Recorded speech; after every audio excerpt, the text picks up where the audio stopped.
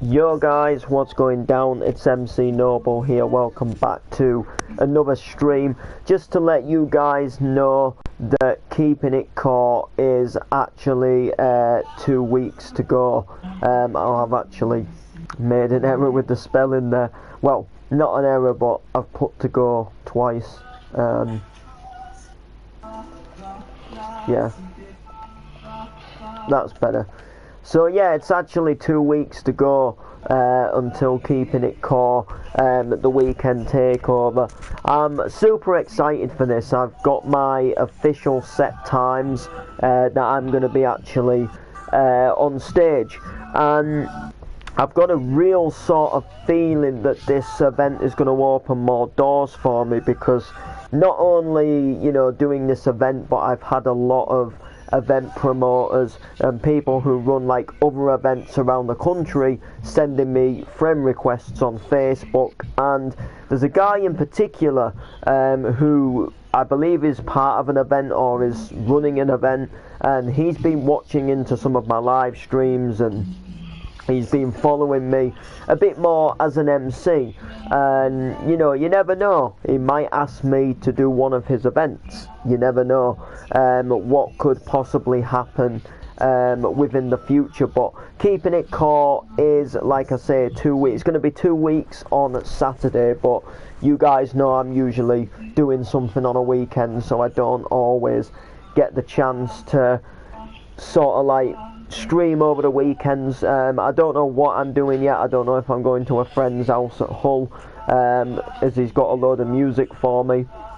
I just haven't quite totally decided what my weekend's antics are gonna roll off of just yet. But I don't usually get time to stream during the weekend. But I mean, we're Wednesday. We're only in 2 weeks' time, it's gonna be the week leading up to the event anyway. Like this time in 2 weeks, I'm gonna be sort of more or less preparing some last minute stuff, doing some warm-up live sets and stuff on Facebook, getting all excited for it. So it's, you know, to me it's 2 weeks to go. I mean, what's a couple of days between friends and stuff like that. So I know for definite that I'm going to be doing a set 9 till 10, which is going to be absolutely fantastic. And then I'm also going to be doing a set 11 till 12, so I'm going to be doing the final set as well.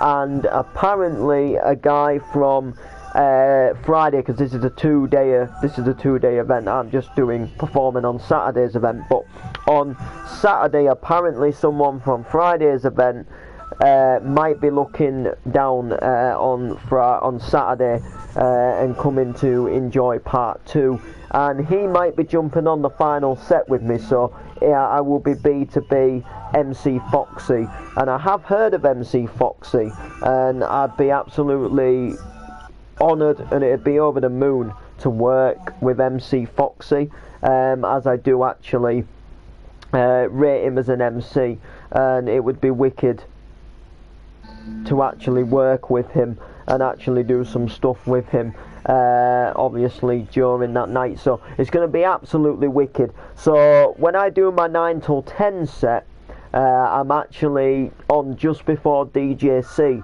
and MC Restless. So, you know, halfway through my event, or halfway through my set, or even before my set, DJC and Restless are going to be in that room, and they're going to be hearing my set, which is it's astounding for me, because as an up-and-comer, to not just get put on a first set is absolutely wicked.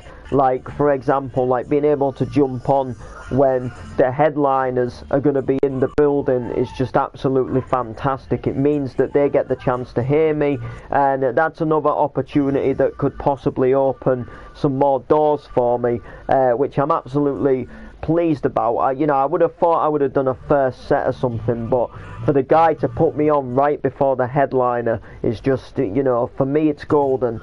And this event has just given me so much already. Like I say, I've had so many event promoters adding me on Facebook, and I just feel good things coming this year, and I think Keeping It Core is definitely going to be a highlight to look back on and say, if I hadn't have done Keeping It Core, I wouldn't be where I am. I think Keeping It Core is going to absolutely help me massively, and I got this profile picture made for me, a little performing picture look, which I think is just absolutely really good. It was the guy who designed the flyer, and as you can see, he's good with his artwork. And as far as 5 years of MC Noble goes, we have the full flyer to announce yet. And seeing some of this guy's artwork, I mean, look at this Keeping It Core weekend takeover with the rocket and everything. Now, I personally thinking that I'm going to ask this guy about making the full official 5 years of MC Noble flyer, which I think would just absolutely be fantastic. So I've actually already dropped him a message to see what he thinks about doing the flyer for that, and doing the possible album cover for when we make the sort of like the giveaway album and stuff like that. So I'm really looking forward to seeing if this guy will do the artwork for us. And he's also DJing as well. I'm DJing with the guy, well, I'm MCing while the guy's DJing, so hopefully we're going to absolutely blow the roof off of this set, and hopefully we're just going to do really well, hopefully. So I'm looking forward, really looking forward to going down to Keeping It Core. But before I do end the stream, there's a little something that I want to talk to you guys about during the stream, and it's something that occurred, I believe, either possibly was it yesterday or maybe even the day before, and this kind of really annoyed me, if I'm quite honest with you. And it's about upcoming artists. It's about upcoming artists like getting chances and stuff like that. It's about upcoming artists who want to get out there in the scene, and it's not so much about like events as such. It's about like people supporting the upcoming artists, and this is what really annoyed me, and this is what occurred between me and a couple of friends of mine that kind of really riled me up and really annoyed me. So it got me thinking about upcoming artists and where do upcoming artists stand, DJs, MCs, whatever you may do up in that scene. Now, let's say, for example, someone puts an event on. It's a massive event, and it's got a big headliner, let's say like Darren Styles. Now, a lot of people event just to see Darren Styles, like the person who plays first, the guy who's warming up, the guy who's a supporting artist. People in some ways don't really give a crap about him. You go to a nightclub and let's say a beer is like quite expensive. It's quite dear for a beer, and let's face it, you want to see Darren Styles. You're not really asked about whoever else is obviously on the lineup. So you go to a cheap pub and have a few drinks to get in the mood for going to see Darren Styles. Now, what about that upcoming DJ? What about him? Where does he stand in the future? Where does he go in the future? Because let's face it, Darren Styles may be some big artist, and so might other DJs, Hixie, people in the drum and bass scene. But in years to come, they're going to retire. They're going to come to the day where they're going to say, listen, look, I've gone around the country, I've gone around the world, I've played more sets than half of the people I know have had hot dinners, and I want to chill with my wife and family and enjoy the rest of the life I've got. I mean, there's only, the guys have DJed for thousands and thousands of times. I mean, Darren Styles and Hixie and all them, they were all around in the 90s. So the fact that they're still DJing now must prove that they are getting to be quite an oldish age now. I mean, they've got to be at least, 40s, if not going into 50s, some of them. And obviously, you know, people aren't going to go forever. People can't go forever. It's impossible that people are going to go forever. People are going to retire. People are going to obviously snuff it and die. So what you've got to think to yourself is, what's going to happen to these upcoming DJs? Because when there's a big artist on, people don't give a monkeys about the upcoming DJ. You know, people won't go to that club early and sit there and listen to the upcoming DJ. But if you actually go to an event and you go and listen to some of the upcoming artists that are actually going to perform during that event or during that time, you will actually hear them, and you will actually realise that some of them, most of them, aren't actually all that bad. There's some wicked upcoming DJs and there's some wicked upcoming MCs, and that's not, you know, me including me. You know, I've seen people that don't even barely MC or don't even take it that seriously, and they've jumped on a mic at a house party, or they've jumped on a mic at an event just for a bit of fun, and they've spat some good lyrics. And then, like I said, there is actual upcoming MCs that will jump on the mic and they will do absolutely incredible sets. But a lot of people won't arrive at the beginning of an event, and they will wait they will wait until it gets going, or until it gets filled up a little bit more. People don't always necessarily come at the beginning of an event. And that's another thing that really annoys me as well, is because I will go to an event and I will be performing and I will take photos and videos, and people will just presume or just assume that it's a dead event, that, you know, it looks dead, it looks like there's hardly anybody there. But what people have got to understand is that I'm an up-and-comer. So most of my sets, as a matter of fact, do include of me jumping on for the first hour or jumping on for the final hour. So the first hour and the final hour is probably going to be the quietest out of probably the whole night. The first hour, people are just arriving, not, like I say, not everybody arrives at the beginning. Some people wait to see, you know, the bigger artists, you know, nearer the time when a headliner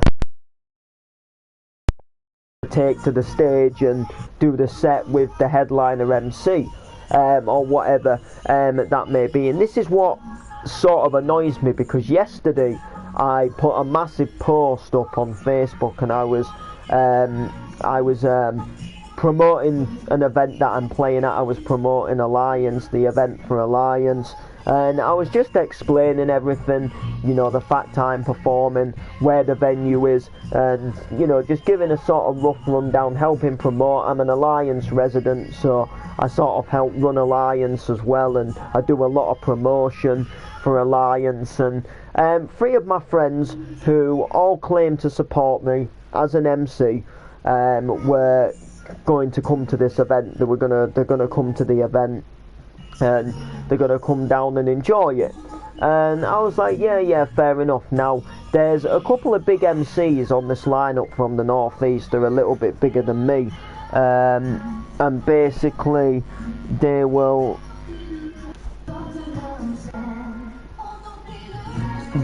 do some wicked stuff. So literally, like, these big MCs are absolutely massive. So these 3 friends of mine that claim to support me, they tune into some of my lives, blah blah blah, etc., are gonna come to this gig that I'm playing at. But this is where it gets funny, right? And this is where it gets annoying for me, because they're gonna come, right? But they're gonna come at 8 o'clock. Now, you may be thinking, yeah, what's wrong with coming at 8 o'clock? But if any of you guys don't know, I'm doing the pre-party from 6 till 8. So they're not coming to see me. They're coming at 8 o'clock because they want to be there to see Vibes and Tripping. So they want to see the bigger artists. Now, I've got nothing against the bigger artists, right? But they're supposed to be my friends, right? They're supposed to support me. Now, I'm not being funny. They barely come to any of my gigs. And the fact that they were coming, like, would it not be out of their way just to come a couple of hours earlier? Like, what's it gonna do? I mean, they're all coming anyway, so what's the issue with getting a train a couple of hours early? Or even if they'd inbox me and said, look, we're going to come at 7, so we will see a bit of your set. The fact that they're supposed to be friends was kind of a bit like the fact that they weren't, that they want to come at the end of my set. That's like me having a friend who's playing in a football match, or say like he's playing at some charity thing. There's a couple of different teams playing, or let's say he's boxing in a boxing match, and there's a few different fights that night. And let's say he asks me to go, or let's say I'm going to this fight, he's my friend, he's up and coming boxer, but I decide to go at the end of his match because there's a bigger boxer who I want to see. That guy would be upset, he would feel a little bit betrayed, and he would feel a little bit, like, why do that? Like, I thought you were supposed to be a friend, I thought you were supposed to support me, blah blah blah. Now, you can comment below. You can think that maybe I'm waffling on, but on an honest note, would you not feel a little bit upset if you have a friend who's supposed to support you and he's coming to a gig or somewhere that you're playing or something that you're doing, but he's coming like when you finish doing what you're doing, so like he's completely missing out the fact that you're doing something and seeing someone there who's a lot more popular and a lot more bigger. So just tell me, like, would you feel upset personally? Would you feel upset that that person or them people weren't coming to see you, that they want to come after you finish performing? Like, would that personally make you feel a little bit disappointed? Like, when you would expect, like, as friends, they would come to see you and the whole night, and they would support you, and they would be there for you, and they'd be, cheering you on and, listening to you and encouraging you, giving you more confidence to do what you're doing on stage. And this is why it got me thinking about upcoming artists, because there's a lot of people that won't attend a rave until like midnight because they want to see the main artist, or when like somebody like a bit more popular is going to be coming on the stage. And a lot of people do it, but this is where it goes back to the same question: what's going to happen to the up and comers? Because like I say, these big artists eventually will retire. Everybody retires at some point, everybody gets old, everybody decides that that's it, they've done it for years, they want to spend time with their family, etc. They want to do blah blah blah, they want to do some other stuff that they're interested in, and they've done this for so long now that it's time for a break. And who's going to replace them? Because there's got to be up and coming people that need to replace the bigger people. And I don't mean that in a bad way. I don't mean like just take over and say, boo, you're not doing it anymore. But when that person, or when them people decide that they are going to retire, we still need people that are going to jump on and do these events and mix up our music and still give us the music that we love. But if people don't come to the beginning of an event, or whenever this up and comer's playing, or if say someone's playing last and people don't stay right till the end to listen to that last person because they've seen the bigger person, then in my personal opinion we're going to be absolutely screwed, and there'll be nothing left of our scene. Now our scene is coming back, our rave music is growing, a lot of the big DJs that maybe took a break out of it, producers and stuff, like even Force and Styles are coming back this year. And Force and Styles were big in the 90s. Now for them to actually make a comeback and actually make a return, there must be something growing within our scene. And if our scene's going to get bigger and going to get better and going to get more popular again, we need help from the up and comers. We need people like myself, we need people like the supporting DJs to actually keep going and to actually play at these events and eventually get more prime slot times. But it just got me thinking, what are your guys' intakes on it personally?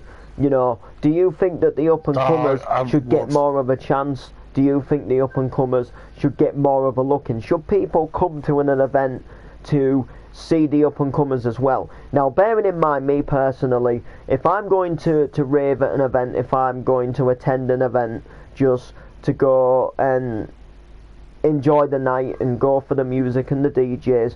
I like to go at the beginning of an event. I always like to do it. It's you know, like sort of like not religiously, but 9 times out of 10, if I can attend the event at the beginning and stay right till the end, I will do so.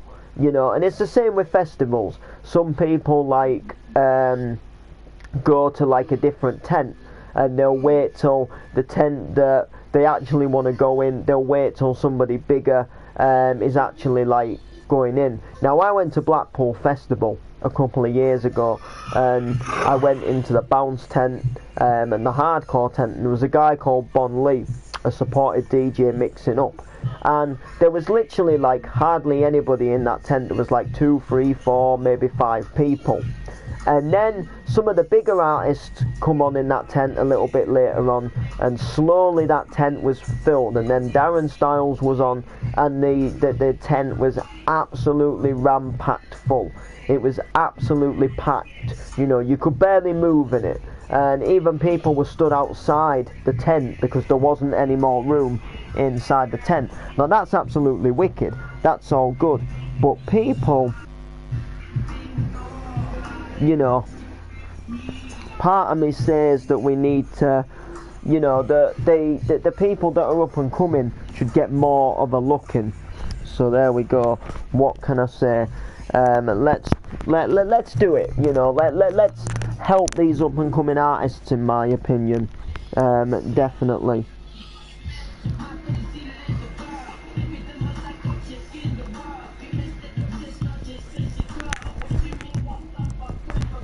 So there we go.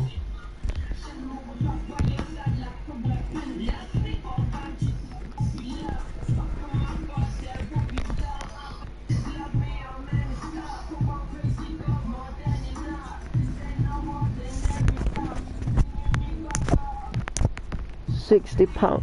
That guy charges £60 for a flyer to be done. You know, the guy's got wicked artwork, but I can make a decent flyer. I'm not, you know, I wouldn't pay that much to get a flyer done. Like, I think personally, like what it would take to make a flyer, I think that's quite. I think that's a little bit. I think that just puts the icing on the cake a bit too wrongly, in my opinion. Yeah, like I can make my own, as you guys have seen. Let me get it up if you guys obviously remember.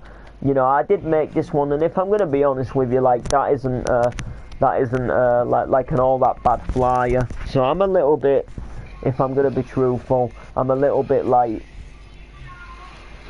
you know what, that you know, that it's a little bit, it's not all that horrible. Like, I like that flyer, but obviously we got more DJs to announce, so there we go, people. Like I say, that's going to do it for the live. Please like, comment and share.